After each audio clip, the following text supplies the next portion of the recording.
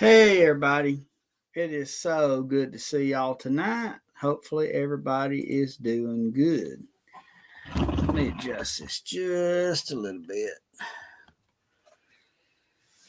Let everybody come in here. I apologize for going an hour and a half late, but better late than never. We wanted to take Hope out. She hadn't been out in it seems like a month of Sundays because she and Autumn had both been sick, and today they felt pretty good. So we went out and done a little exploring, junking as some of them call it, going into little consignment shops and such. And I'm glad that we did. I always believe everything happens for a reason. And I got some super duper cool things to show you, and kind of a little project coming up that I've been meaning to kind of start on, but I never have. But got some really, really neat stuff here I want to show you. Kind of a little, like I said, a project announcement, and looking forward to it. It's going to be probably one of the first of its kind. But I got some super neat artifacts that I've come across. Well, let's say hello to Nisi. It is so good to see you. Thank you so much for coming. Always, always good to see you. Like I said, I know I'm, what is this, hour and a half late, but like I said, we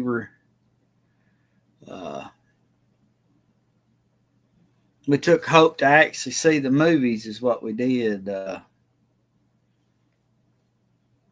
She wanted to go see the Minecraft movie.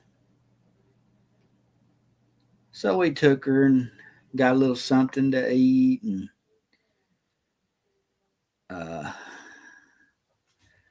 went and watched the Minecraft movie, and then come straight home. And I figure, I'm at 7:30 is not too late. People's finally maybe getting home from work and little church, starting to get home from that. It's Wednesday night service, but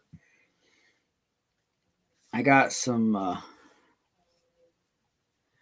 Hi, Shirley. It's good to see you. Thanks so much. I thought it was good. I enjoy going to the movies anyway, but that was a pretty good movie. If you ain't seen it, then go see it. But got a story I'm going to read to you, but I got some pretty cool stuff to show everybody. I pulled this off the wall. It's going to be up there probably right next over to the top of the lamp right here. I just added something to the wall that's very, very special.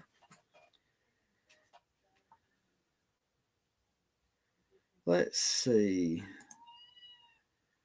The chat is not open on the computer. Huh. I'm not sure. Not sure why it's not open on the computer. That's weird. I don't think I've ever seen that before, but this little thing right here is a very important part of mountain history. There is not a house in the mountains of Appalachia that did not depend on an old enamel dishpan. They used the dog mess out of these, from caring for their children to watering the garden to gathering the crops. Oh, okay, Shirley. Thank you for letting me know it's working on your end. YouTube's crazy right now, but this little enamel pan, they are so hard to find nowadays. And you can see this one's used. There's little chips up here in the little corners of it, but it's still in such good shape. There's no holes in it. And like I said, it was used. So, I'm pretty doggone sure that these enamel dishpans built so many families. The little babies, they were too big to take a bath in the bathtub, so Mama would fill that up and give them a little bath in it, and then wash it out, and then she'd carry it out in the garden and gather tomatoes in them and all kinds of stuff. Grandparents had many of those. I even took baths in a bigger one. Yep. There we go. Just took a minute for it to catch up. But I seen this today, and in a consignment store, it was $10. I couldn't pass it up. And Autumn's like, "What are you going to do with that?" And I'm like, "You just don't realize, how hard those are to find and the history that goes with them and the amount of work that thing saw." And, the lady that I had bought it from, she said, "What are you going to do with that old thing?" And I said, "What it's meant for." We planted probably 3/4 to an acre of garden this year.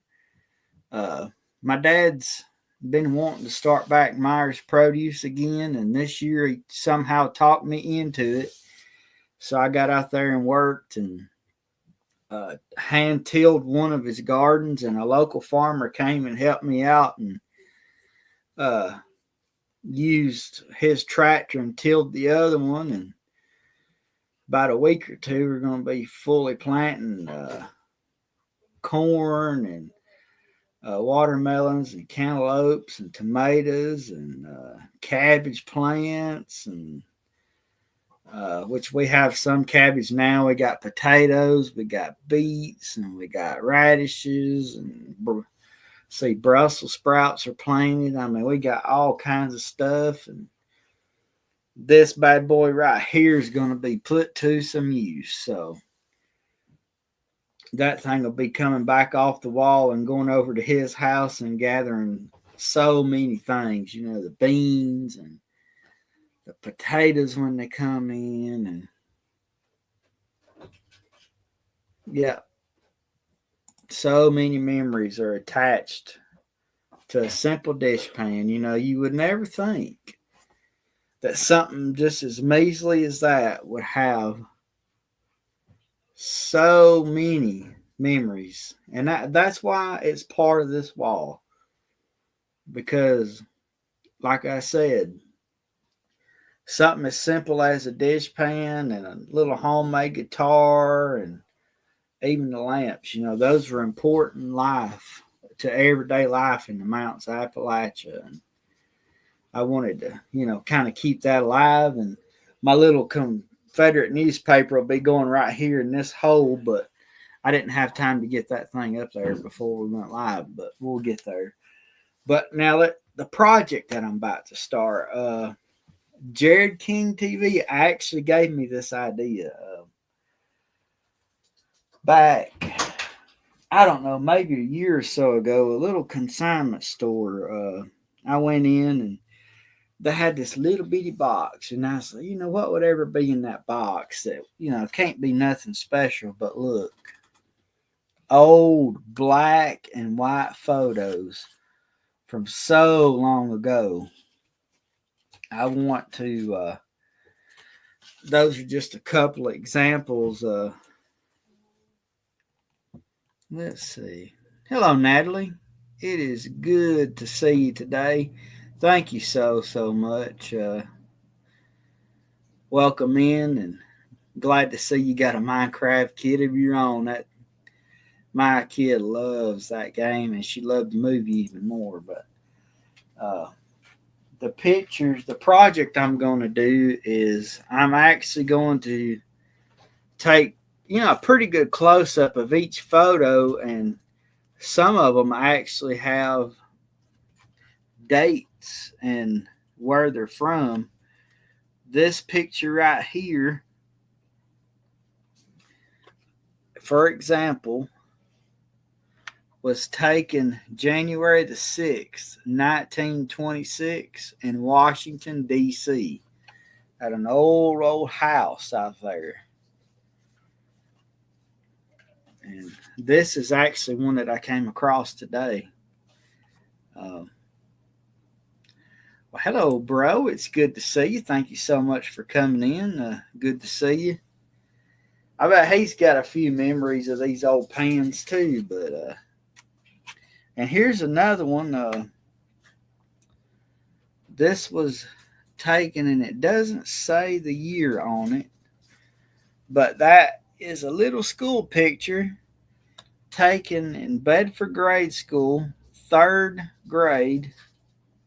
It says 3rd or 4th grade. It doesn't say the date, but like this one.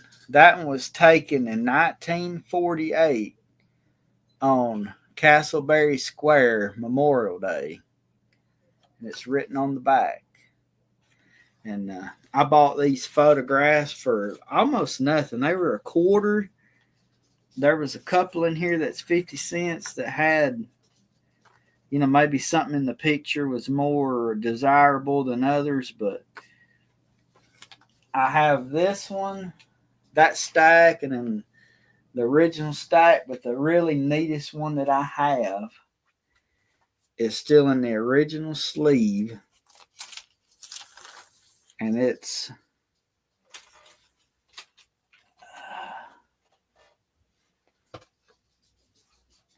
a picture of a father, ordained minister, taken in Cincinnati, Ohio. And then it came with an old letter from the Society of the Divine Word from Techney, Illinois. This was stamped July the 29th, 1929 at 1 p.m. And it was addressed to Mrs. Ralph Thurman. I'll cover up the address. So I'm sure this was Father Thurman. And I'm going to take as close up photographs as I can of all these different items here, and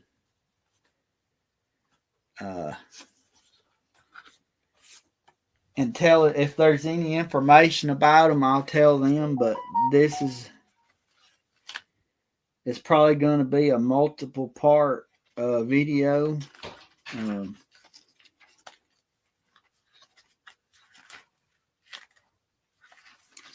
And they're going to be, it's going to be titled, let me actually see. We came up with a title for this thing too. I just got to find it. Give me a minute. Historical Appalachian photos never before seen. Let's see.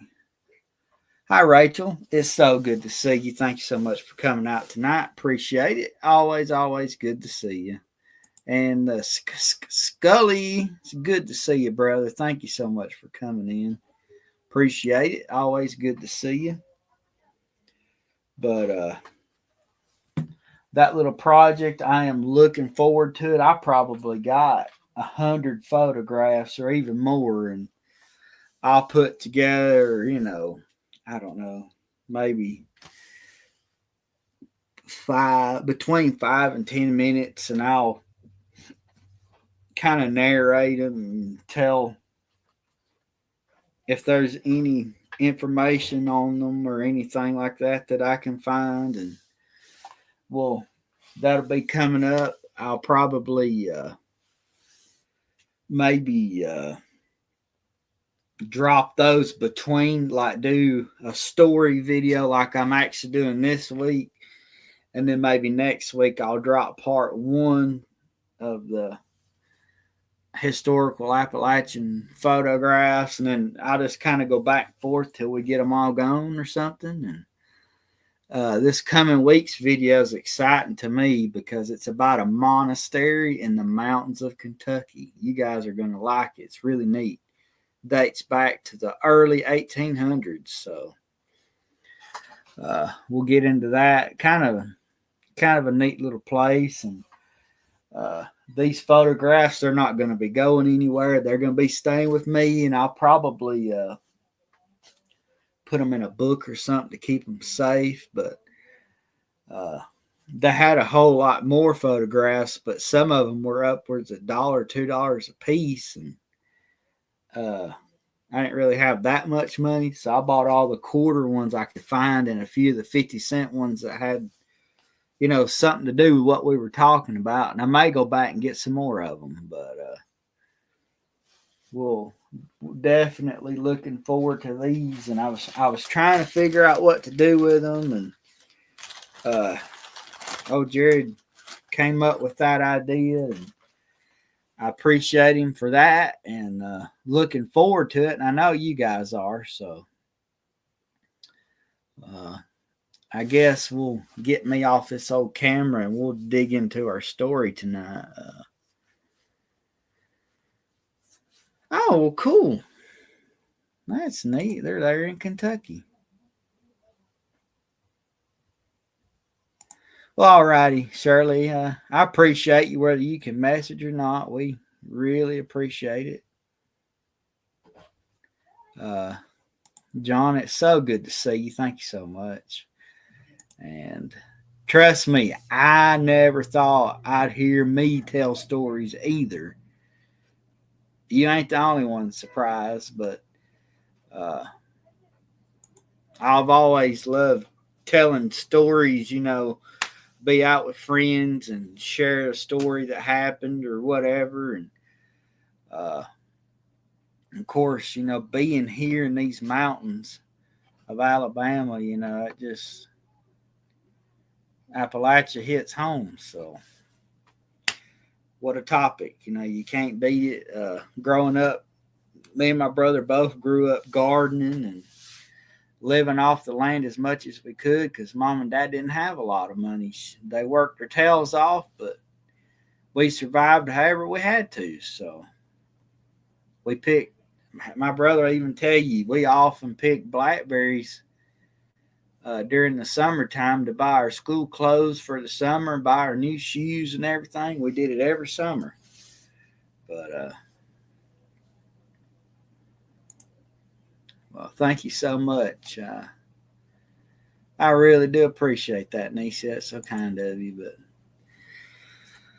But okay, let me get me off of this old screen here and see what we can get into.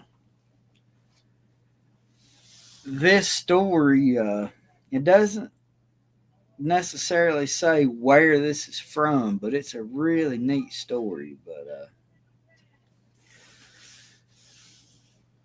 it's from a family who owned a farmhouse. It was haunted by a ghost named Catherine. Now, how in the world would they ever figure out the ghost's name? Well, actually, something strange happened one day. A random lady stopped, got out of her car, and knocked on the door. When I answered it, she requested that she could come in and see the old house. And they're like, why do you want to see our house? And she said, well, see, my father, my grandfather, and his mother built this house in the year 1900. And her grandmother's name was Catherine. And she absolutely loved the house. It was just one of her favorite places. Sadly, Catherine and her husband had to move. She didn't want to because she loved the house, but they just had to. They couldn't afford to upkeep it, so they moved. It says while she was away from the house, she passed. And for some reason, her spirit came back to the house. And this is where he began the story of why he believed this. It says they first bought the house when their Uncle Pat was living there. He would sleep in the living room of the house, and during the night, he would hear doors shut. No one else was in the house but him. And this happened on more than one occasion. It says they rented the house to some people and never told them about the strange occurrences with the doors. The people that were renting the house asked if the house was haunted because they could hear someone walk across the attic floor, slam the door, and walk back across and slam another door. But the strange thing is, there are no doors in the attic. When the renters moved out, their grandma and grandpa moved into the house. They said they didn't hear anything, but Uncle Pat would sometimes come and visit them and stay in the guest bedroom, which we believe had to be Catherine's bedroom. All night long, you could hear something tapping on the window. There is nothing close enough to even touch the window. Also, Catherine has stared at Uncle Pete and even called his name. One thing that freaks him out is that on New Year's Day, had a dream. And this dream, Catherine told them why she kept Uncle Pat up at night. The day after, they told their Uncle Pat, and he heard someone call his name, and everyone else in the house was sound asleep. And that is some of this is hard to believe, but it's all true. Boy, now that is creepy. And let's welcome Face to Ace. It is so good to see you. Thank you for coming in. Always good to see you. Appreciate it. Always welcome. Always good to see everyone.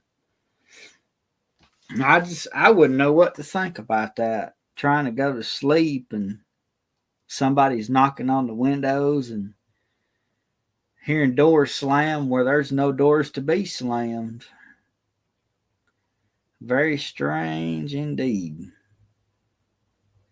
But really neat story though. Glad to be able to share that one. That one's very neat. Scary though. Lord have mercy.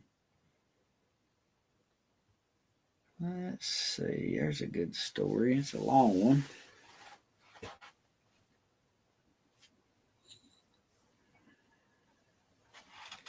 This next story coming up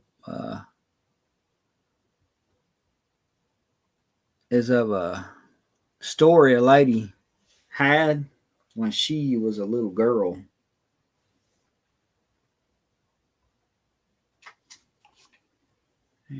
Let's say, hello, Ram Space Night. It's so good to see you. Thank you so much for coming in.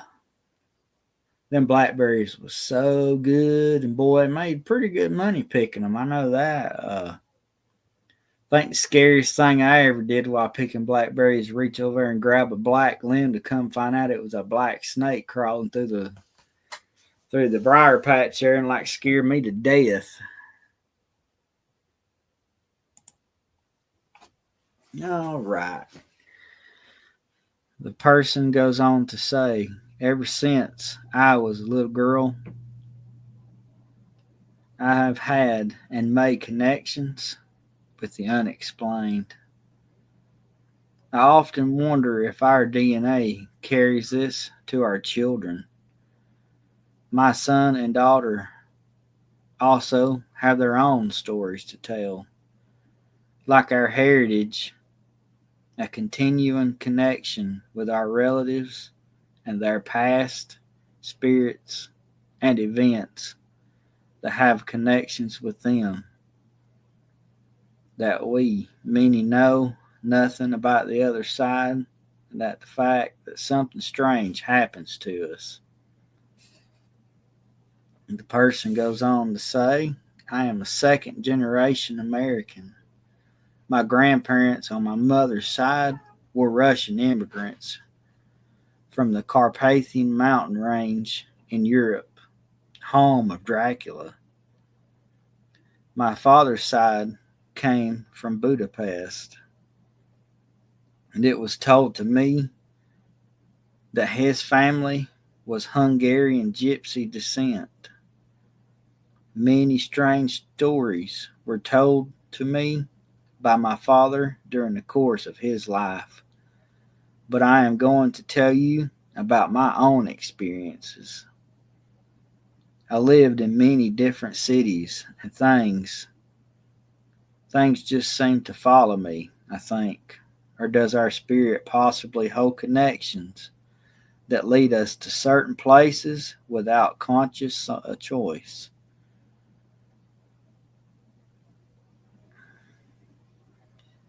I have yet to figure that out. My most recent eventful story is in Las Vegas, where I live now. I bought a house that is 35 years old. When I went hunting, I found this house, and without even going in it, I told the realtor that this place is the house that I wanted. It was out of my price range, not expensive, but I had a modest income and was a single parent with 2 children. I wanted the house so bad, but I didn't even have the money in the bank to cover the earnest money deposit. And during escrow, I hoped that I wouldn't be found out. I prayed every night that I could have this home. I don't know why, but something drove me to it. One night, I was lying in my bed on my stomach, and I heard a very soft whisper in my ear, directly behind my head. A man's voice said to me, "You shall have your house." The next morning, I got the call from the realtor. Somehow, mysteriously, the loan was approved. We moved into the house, and that's when things started to happen. The very first day, the air conditioner went out. The second day, the refrigerator stopped working. I had the repairs made, but one thing that I could never fix was the master bedroom's constant coldness, sometimes too cold to even sleep in. Every heating and air conditioner company that I called said there was no mechanical problems with the unit or the vents. And strangely, whenever someone came out to check it, the room's temperature would be normal. Eventually, I learned to live with it, and then one day I was yelling at my kids while I was walking towards my bedroom. Just before I entered my room, as I stood in the threshold, my voice resonated as if I was in a great hall. I took a few steps back, and then it sounded normal again. When I would walk into my room, it sounded normal again as well. Only in that one spot did my voice resonate like that. Strange events started to happen in the next few days, every night around midnight. Just after I had fallen asleep, my dogs began barking as if to alert me of a stranger. My dog slept with me in my bedroom. I started to get upset after the first few times of checking it out and found nothing. For my kids were fast asleep, and it couldn't be anything else. One night, I decided to stay awake and catch whatever was causing this disruption. I just lay there in my bed with the lights off, as usual, pretending to be going to sleep. Looked at the clock, and it was just before midnight. Just like clockwork, one of my dogs lying at the foot of the bed jumped up and started barking, which starting towards the doorway. I threw off the covers, sat up, and looked in that direction, and to my astonishment, I saw only two large almond-shaped yellow and green glowing eyes. It all happened so fast. I must have startled whatever it was, because it lasted only seconds. And then the eyes seemed to have backed up so rapidly as to whoosh away like a shooting star or a comet. Let's welcome Daryl in. Hello, Daryl. It's so good to see you. Thank you so much for coming in tonight. Good to see you. I turned the light on, got out of bed, and quickly checked the kids to see if they were okay. They were fast asleep, and I heard nothing and knew nothing. And then I talked to them the next morning. My daughter did say a few nights previous she had walked past her brother's bedroom and saw him vertically suspended upside down on his head, still in his sleeping position with his blanket and pillow in the air. She never told me about this because she thought I would never believe it. Well, that next morning also brought about the change of the sound in the threshold of the doorway. I stood in the same spot as before. I spoke aloud, and the resonating sound my voice made was gone. Both my children have seen unexplained apparitions at another house that we lived in. Hold on just a second.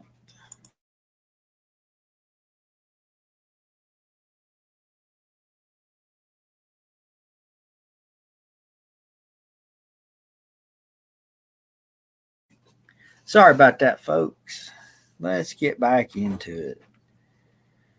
Then this house was in Portland, Oregon. It was a new house on unholy ground. Objects were moved and found in places they did not belong.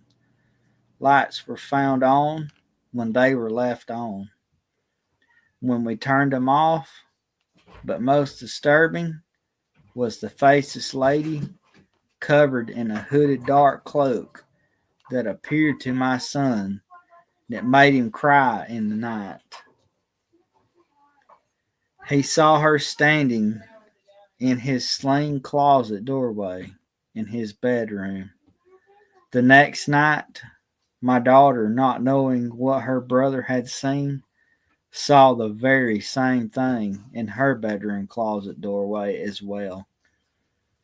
Both of their closets shared the same wall and were back to back. My stories are many, and so are my experiences. Maybe some other time I can tell more. Wowee. What an experience. Could you imagine having your kids waking up in the middle of the night seeing a faceless person in a dark cloak, and then having all these strange experiences at the other house, and getting the house, even though you had no money and the loan shouldn't have went through, it did. How crazy is that? These stories are so cool, kind of terrifying, especially when they involve children like that. But very neat, and I'm so glad I got to share them with y'all.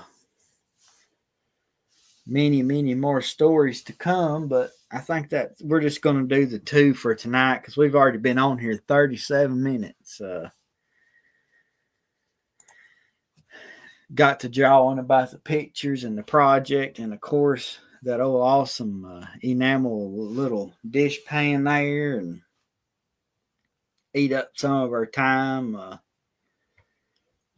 I really appreciate y'all coming out and being with us tonight. I know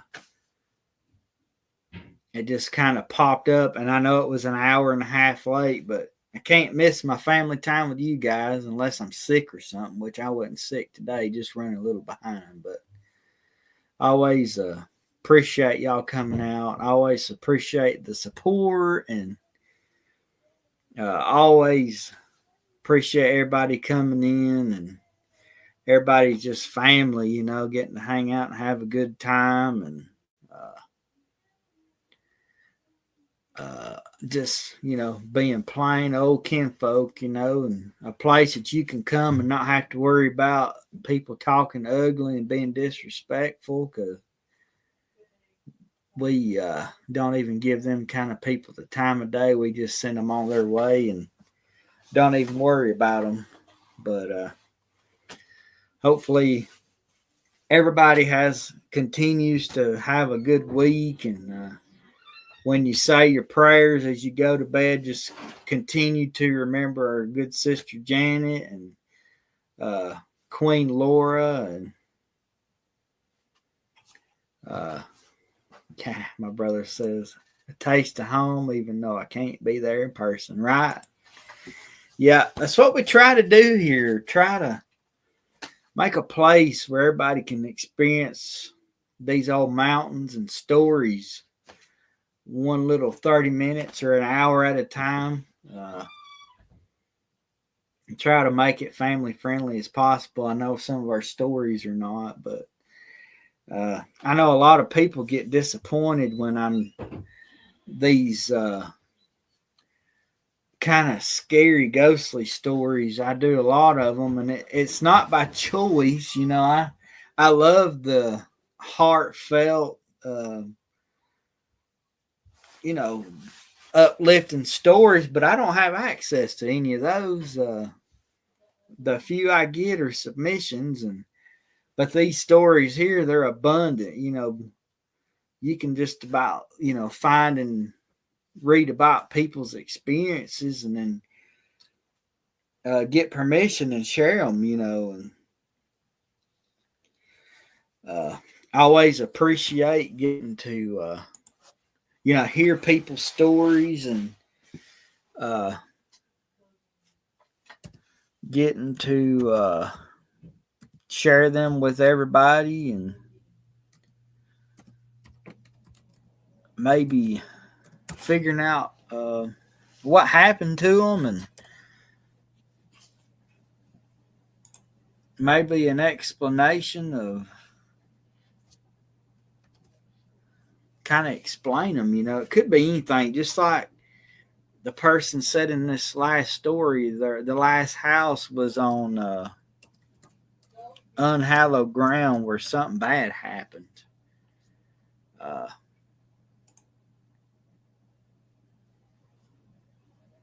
That affects a lot of people, and you don't ever know what happens on at houses. If you don't do your research, you could buy something you don't want. But if you guys have any stories of any experiences, or maybe a story you'd like, a topic you'd like looked into, or a heartfelt, heartwarming, whatever story, right there's the email, and you can shoot us an email and we'll look into it and do what we can. If you have, you need somebody to talk to, or maybe a prayer request or something, you can shoot it there. You can leave it in the comments, whatever. We all pray for each other. Like I say, keep Queen Laura in your prayers. Maybe they'll finally get this going with her surgery that she needs, and all of our kinfolk throughout here that's sick and in bad health and in bad shape, and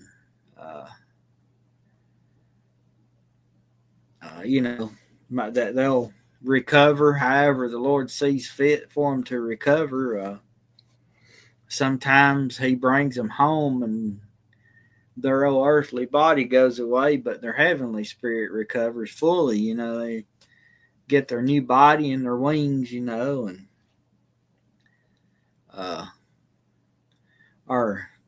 my daughter, Hope, kind of got some good news with her a little bit. Yes, Dormia. We need to remember Dormia too. Absolutely. But we finally got all of her supplies to where it's sometime in May, hopefully, we'll get these classes done. But she is finally going to get on the insulin pump to where we can start getting her sugars and stuff better. Which they've been in control for a while, but when she gets older and she starts going through all the changes and stuff that kids go through, it starts affecting her sugar levels, and they start staying high all the time. And the insulin pump is supposed to help with that. So we finally made progress with that. I have to go to her doctor. I think it's like 2-hour drive one way, and take 2 4-hour classes to teaching us how to be able to care for her with that. And she'll always have her insulin pens in case something malfunctions with her Omnipod, a little wireless insulin pump that she's got. We'll always have that. But I think we're making a step in the right direction with her and her health, which is, that's amazing. For the 29th will be a year that we almost lost her with this, when we find out that she was sick with type 1 diabetes. But she does really good. They let her pretty much eat whatever she wants. We just have to really watch, the moderation of everything. And when her sugar gets high, we have to counteract it, all that good stuff, which we've been doing. But they just, they keep a really good eye on her, making sure that her medicines are doing what they're supposed to, which so far they are. But anyway, I thank y'all, appreciate y'all, and can't wait to see y'all next week when we pull out some more stories or whatever we get into. But absolutely appreciate y'all. And I'm thinking about when I would have done it today, but it's raining. But doing a live stream at my dad's house out and show y'all the spring garden we got going. Do an outside live, kind of walking around, showing you the ground that we got tilled up and what plants has come up so far, and show you some of our very old plants that we've had for many years. Have a grapevine that's been, I think it's like fourth generation of our family or something like that. It started in the 1800s, and as a family member moved off, they took a clipping of it and started it growing. Now there's my great grandfather's house is actually gone now. A farmer bought it and they farm it, but the plant's still there, and Dad has a big old chunk of his grapevine that he took to the place here, and I'll show you all that and all the little spring vegetables that's coming up, and just have a good old time doing that. But I guess until next week, we'll see y'all later. Like I said, I appreciate y'all, and we'll see y'all later, guys. Bye, y'all.